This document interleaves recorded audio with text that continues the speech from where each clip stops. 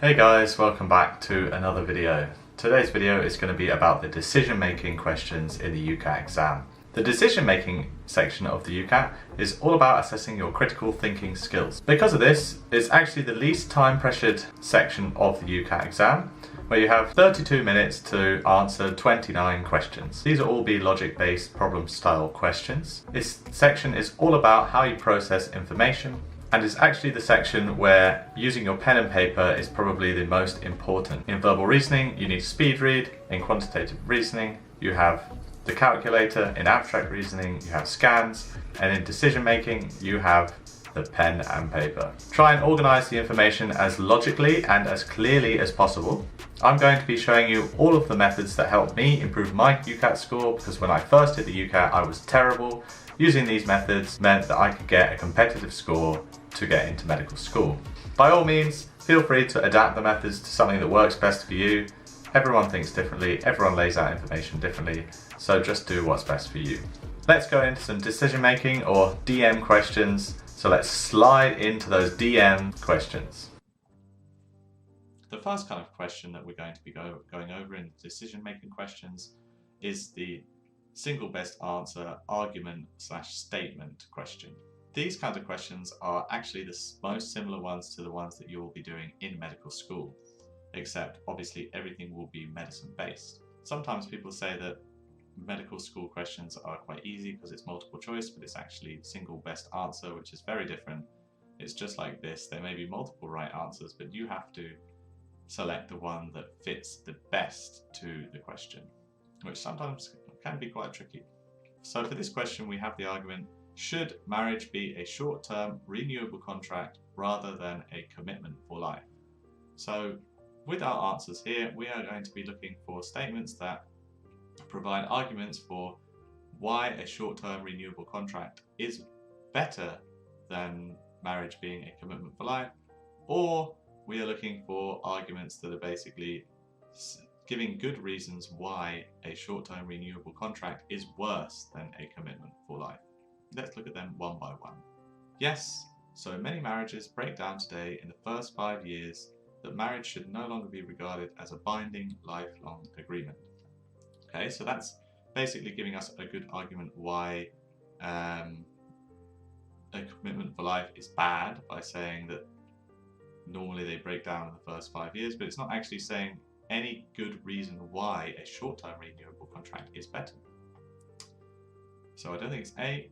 So for B, yes, some people now regard marriage more as a civil than religious institution, so it should be treated no differently to any other agreement.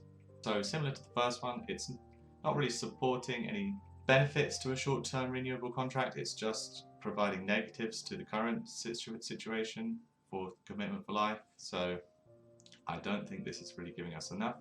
C, no, the need to renew a marital contract regularly could cause instability and uncertainty within a marriage, which could negatively affect a couple's relationship.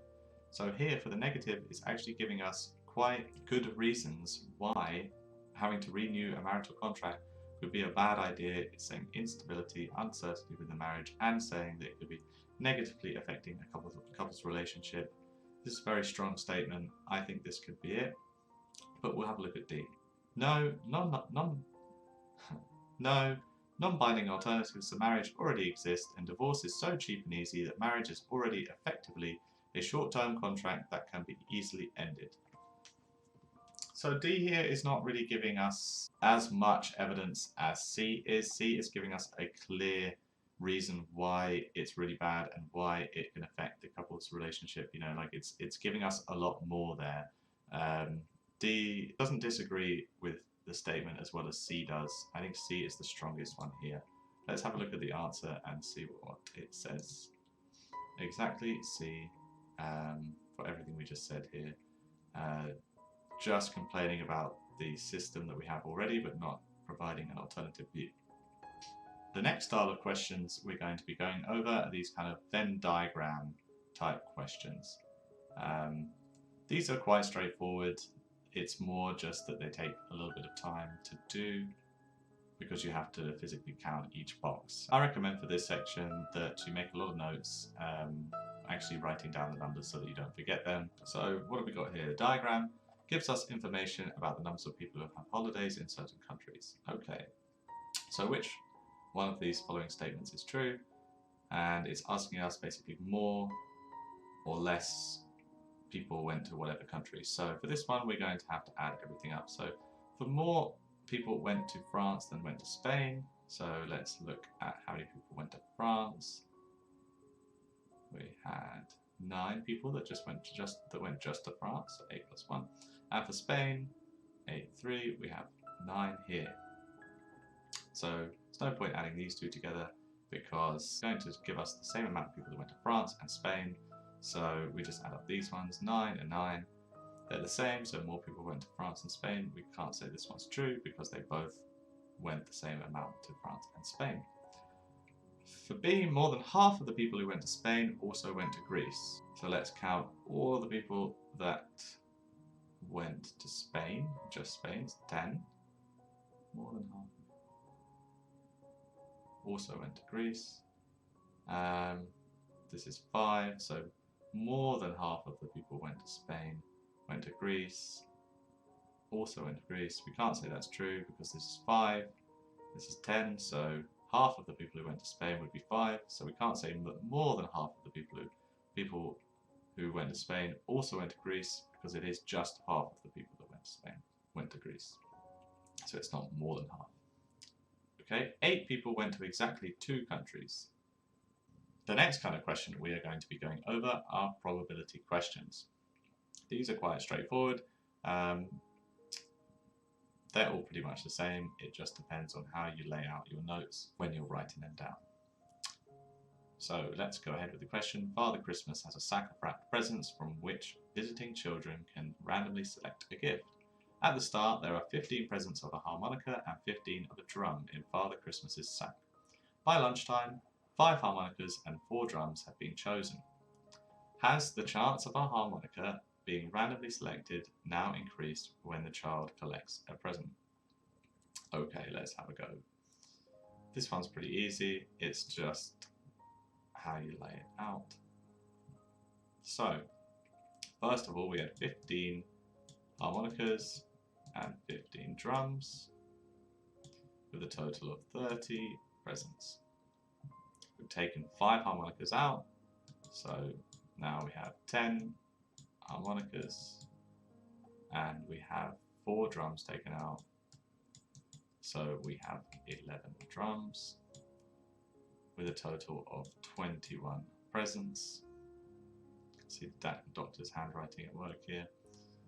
So we scroll down to clear this out. We have 10 harmonicas and 21 presents, so it's a chance of 10 in 21 to get a harmonica, and we have 11 drums, so it's 11 in 21 for a drum.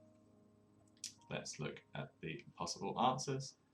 Yes, it was half, and now it's 10 and 21. I mean, it is 10 and 21, but that's a lower probability than a half, and the question is saying, has the chance of a harmonica being randomly selected now increased when the next child collects a present? No, because the probability has decreased. It's less than a half now. Yes, it was a half, and now it's 11 and 21. No, it's 11 and 21 for a drum. So you see, they're trying to trick you out here. No, it was half, and now it's 11 and 21. I just said no, 11 and 21 for a drum, not a harmonica. No, it was a half, and now it is 10 and 21. Exactly. 10 and 21 is a lower chance than a half, so it must be this one. Let's check the answer. Exactly, the answer is D. Okay, we have another probability question here. This one is going to be to do with comparing probabilities. And it's trying to get you to think outside the box just a little bit. Let's go over this one. So there is a group of friends that are going to a picnic. 40% chance of bad weather on Saturday, 60% chance of good weather on Sunday. There is a 30% chance that the temperature will be extreme on Saturday and a 50% chance that the temperature will be moderate on Sunday. Considering only the chance it's very important, only the chance of good weather and the likelihood of the temperature being moderate, is Saturday the better choice for going to the picnic? Okay, let's work it out. So, for Saturday, that's first, there is a 40% chance of bad weather and a 60% chance of good weather on Sunday. So Sunday, 60% chance of good, and a 40% chance that the weather is bad on Saturday, but since percentages always add up to 100%, then we can work out here that if the weather is 40% chance of being bad, it must be a 60% chance of being good. So Saturday and Sunday both have a 60% chance of good weather.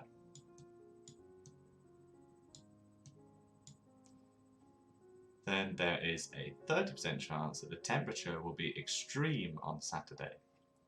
So 30% chance it's going to be extreme, and a 50% chance that the temperature will be moderate on Sunday. So 50% chance it will be moderate. So I find it easier to write out the factors that are asking for the question here. So considering only the chance of good weather and the likelihood of the temperature being moderate, is Saturday the better choice? So 50% chance of being moderate here, and it says that there is a 30% chance that the temperature will be extreme on Saturday.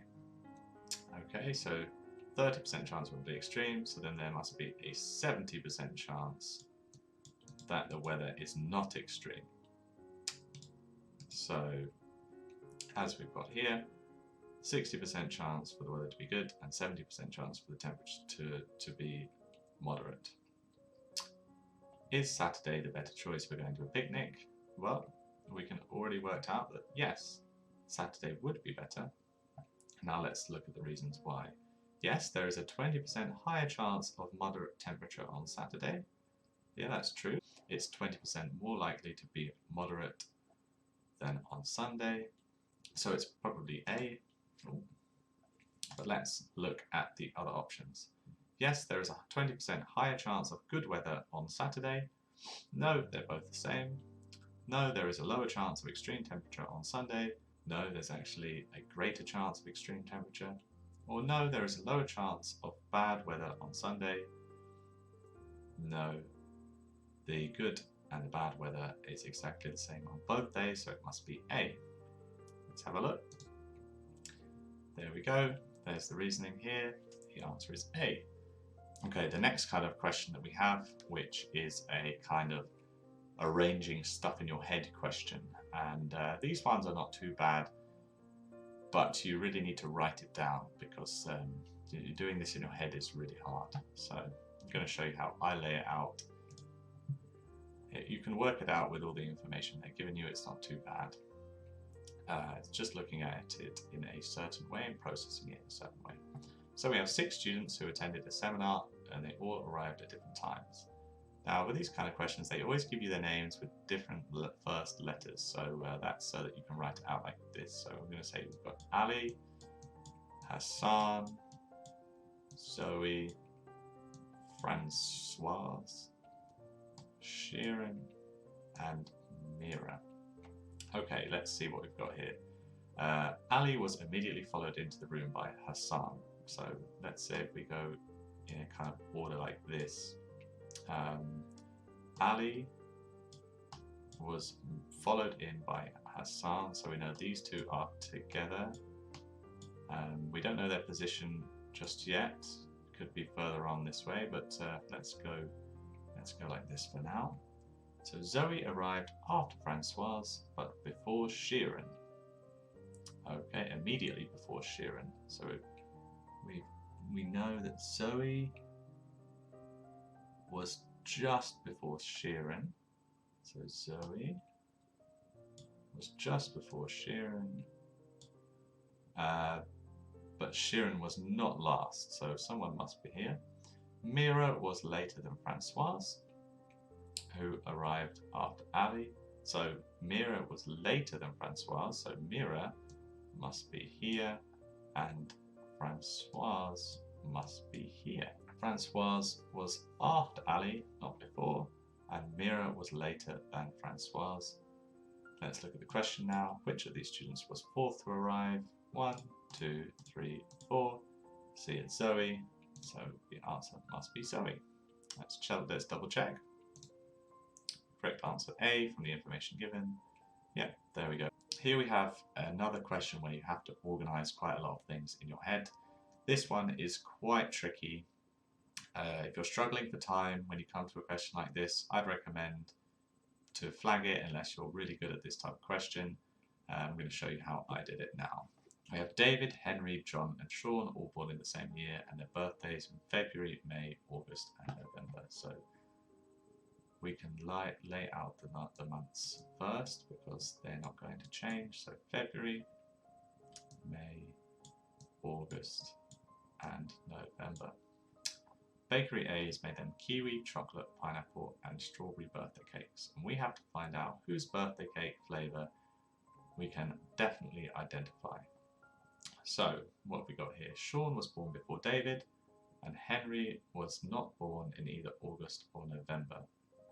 Okay, Henry did not eat the kiwi flavoured cake that was served at his best friend's birthday. Sean bought a chocolate cake for his friend's birthday, which is celebrated in November. So till now there's nothing we can put down for definite. John's birthday was first. Okay, so straight away we know that John's birthday was in February. He bought his own birthday cake from Bakery A and it was either pineapple or strawberry cake. So pineapple or strawberry cake. Okay, let's go back to the start of this passage because we were told something here about birthdays. Sean was born before David and that Henry was not born in August or November. So since we know that John was born in February, we can now work out that Henry was born in May because he wasn't born in August or November or February. We know that Sean was born before David, so next must be Sean, and then David must be last. We know that John bought his own birthday cake from Bakery A, and we know here we're saying here that John did not eat the kiwi flavoured cake, and it was served at his best friend's birthday. And we can see that Sean bought a chocolate cake for his friend's birthday, which is celebrated in November. So the birthday in November was David's, and that was a chocolate cake bought by Sean. And we know that Henry did not eat the kiwi flavoured cake that was served at his best friend's birthday. So his best friend can't be David, because David had a chocolate cake that was bought by Sean. And we know that it's not John, because John bought his own birthday cake. So it must be Sean that had the kiwi flavoured cake. And for Henry, we actually don't know if it's the pineapple or the strawberry cake because John either had the pineapple or strawberry cake. So Henry must have had a pineapple or a strawberry cake. So we only can identify Sean and David for all of the information for their birthday cake and their flavour. So the answer must be Sean and David. You see, this one's quite tricky because there's so much information there, but as long as you read all of the information carefully and write it down in a simple way, we can actually still work out the answer. Let's have a look at the answer. There we go. Done the same way here. The answer is D. The next kind of questions that I'm going to be going over are these kind of box questions. These kind of give me flashbacks after looking back at the UCAT, after doing it, years ago. These ones are very iconic for the UCAT. There's basically a passage, and then there will be a load of statements that either disagree or agree with the passage, and you will have to say whether you agree with them or not, or whether they're true or not. These ones are actually not too bad. I'm going to show you how I do them now. So the passage: eating disorders, body dissatisfaction and low self-esteem are not uncommon outcomes in young people who are constantly exposed to stereotype portrayals of the thin, ideal body image that is projected by the media. Having unhealthily thin celebrities as role models itself sets a dangerous trend among adolescents, leading to anorexic tendencies and other health-harming behaviors, compelling some countries to legalize against the use of models of below average BMI. Contrary to these facts, the result of various parallel studies also indicate that the depiction of well-sculpted women in the media may have only limited impact on the viewers, vis-a-vis the thin positive impact created by images of overweight women. Okay, so now we have to say yes or no for the conclusions that follow.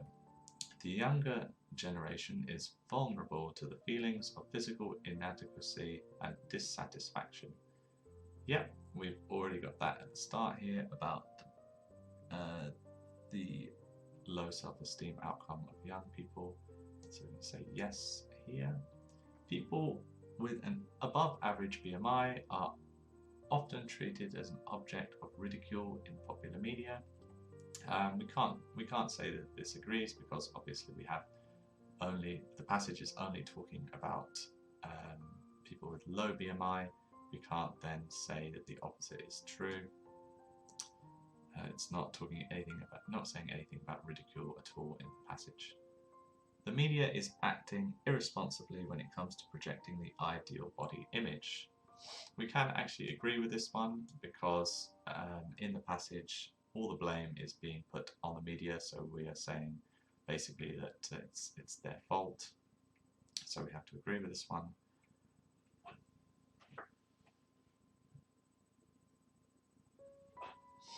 Countries are making laws to prevent false portrayals of bodies being created by advertising.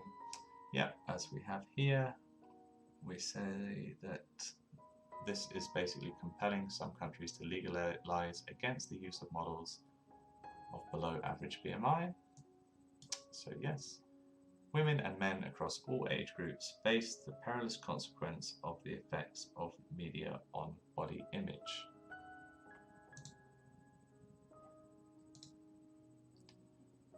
No, we can't say this one. Can't say that this one is a conclusion to the passage, as the passage only talks about adolescents. It does not talk about anyone of different age groups. As you can see, it's a lot like the verbal reasoning section, as you're just relating to the statement again. Try and treat it like it's a verbal reasoning question. Be very strict with the wording and make sure you don't go outside of the passage too far. Okay, so here we have another box style question, although for this one it's a little bit different, because instead of a passage to follow, we actually have like a set of rules to follow, and then for the statements we have to say whether or not they agree or disagree with the rules. So here we have mooms, pludders, nissens and coppens are all types of fish, and that all mooms are pludders and no pludder is a nissen. Both pludders and nissens are coppens, and they like to do this. They like to throw some really random stuff at you where you have never seen it before, to try and throw you off, but doesn't matter, it's not going to throw us off. What I like to do with these types of questions, I like to actually make a little Venn diagram so that we can see the rule a little bit more clearly, so that we can answer the questions easily. So what I like to do here is, so I'm going to make a big box for this Venn diagram, because we have moons, pludders, nissens and coppens are all types of fish. So everything here is a fish. All moons are pludders. So here we say all moons. Let's do a different colour pen to help as well. All moons are pludders. So all moons are pludders. No pludder is a nissen. Okay. So let's go here for nissens. As you can see, nissen is still a type of fish, but it does not connect with the moons or the pludders. So if no pludder is a nissen, then also no moon is a plissen. Okay, and then both pludders and nissens are a type of coppen. Okay, so let's go to the blue pen again. So both plodders and nisms are type of coppens. So they are all included in this coppen group, because if a plodder is a coppen, then a moom must also be a coppen, and then the nism is also a coppen as well. So they're all included here. So this is our picture. So let's see, for now we have enough information to do the question. So the question here is, if a fish is a moom, then it must be a coppen. Let's look at our diagram. If fish is a moom, is a coppen, yep, it's inside the coppen circle. The moom circle is inside the coppen circle, so it is a coppen, so that's a yes. No nism is a moom. That's true, because this circle does not connect with moom at all. It's no nism is a plodden either. Plodden. So this one's true. If an animal is a plodder, it is not a moom. So if an animal is a plodder, it's not a moom. That's false, because all mooms are plodders. So that's false. No coppens are mooms. That's false, because some coppens, as we see here, are mooms. If a fish is a plodder but not a moom, it is a coppen. Yeah, that's true. As you can see here, all mooms are plodders, but for these ones here, as you can see, like this part of the circle that is not included with the moom, these plodders are still inside the circle of the coppen. So if a fish was a plodder but not a moom, it is a coppen. Exactly true. So as you can see, this can be quite an easy way to lay out the information, to follow the rule, so that you can do the question a little bit easier, a little bit faster. The whole UCAT itself is all about speed, really. So anything you can do to lay out the information quicker and easier, I would recommend to do it. So let's just double check that the question was right. See, they've done it in the same way with the Venn diagram. This is definitely the best way to do it. So first conclusion does follow, second conclusion does follow, does not, does. So let's double check the answers. So we can see here, they've done a Venn diagram too, to show you that that's how they like to see the information laid out. First conclusion does follow, yep. Second conclusion does follow, yep. Third and fourth do not, exactly, and the fifth one does. So that's enough questions, I think, for the decision-making section. Remember all the different ways there are to lay out the information and try and use them yourself. If you do everything in your head, you will struggle, it will take you a long time, and you probably won't get the question right. So try and use the techniques that I've shown you in this video today. Hopefully this has been helpful.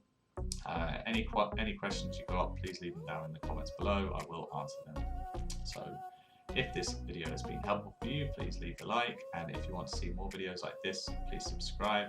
Next section I'm going to be going over will be the quantitative reasoning section. Okay, thank you very much for watching.